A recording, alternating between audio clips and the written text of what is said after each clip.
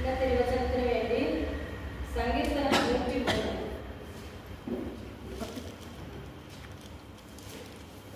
സങ്കീർത്തനം 103 1 2 வாக்கியங்கள். என் ஆத்மாவே கர்த்தரை ஸ்தோத்திரி, என் முழு உள்ளமே அவருடைய பரிசுத்த நாமத்தை ஸ்தோத்திரி. என் ஆத்மாவே கர்த்தரை ஸ்தோத்திரி, அவர் செய்த சகல உபகாரங்களையும் மறவாதே.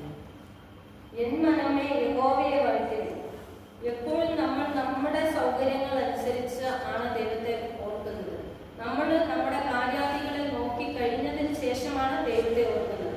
അപ്പൊ ആ സമയങ്ങളിൽ ദൈവത്തെ മറന്നു പോകുന്ന അവസരങ്ങളാണ് ഉണ്ടാകുന്നത്. അതുകൊണ്ടാണ് ഞാൻ ഇന്ന് സാറ് പറഞ്ഞപ്പോൾ വചനം എടുക്കണം എന്ന് പറഞ്ഞപ്പോൾ ഞാൻ ഒരു മനസ്സില്ലാതെയാണ് പറഞ്ഞത്. ഞാൻ എടുക്കുന്നില്ല, സാറ് തന്നെ എടുത്തോളാൻ പറഞ്ഞു.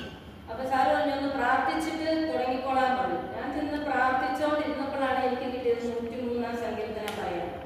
അപ്പൊ കാരണം എനിക്ക് തോന്നുന്നു പല പ്രാവശ്യം ദൈവത്തിൽ നിന്ന് ചിലപ്പോൾ നമ്മുടെ ജോലി വേലകൾ കൊണ്ട് മറന്നു പോകാം. അപ്പൊ ദൈവം ചെയ്ത ഉപകാരങ്ങളെ കുറിച്ച് നമ്മൾ പറയുവാൻ മടിക്കുന്നു എന്ന അർത്ഥത്തിലായിരിക്കാം ദൈവം എനിക്കിത് ഉണർത്തിയത് എന്ന് ഞാൻ വിചാരിക്കുന്നു.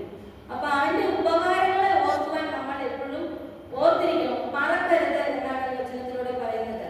അപ്പോൾ ഒരു ദൈവ പൈതലിന് എപ്പോഴും ഉണ്ടാകേണ്ടത് മറന്നു പോകാതിരിക്കാൻ വേണ്ടിയാണ് ദൈവം ഈ വചനത്തിലൂടെ നമ്മെ വെളിപ്പെടുത്തുന്നത്. അതായത് നമ്മുടെ മനസ്സുകളെ കൊടുക്കണം, ദൈവത്തെ ഓർക്കുവാൻ, അവനെ പുകഴ്ത്തുവാൻ, മഹിമപ്പെടുത്തുവാൻ, ഈ വചനങ്ങളെ വായിക്കുവാനും ധ്യാനിക്കുവാനും നമ്മൾ ഓർക്കണം, മനസ്സ് വയ്ക്കണം, അതിന് സമയം കണ്ടെത്തണം എന്നാണ് ഇതിലൂടെ മനസ്സിലാക്കുന്നത്.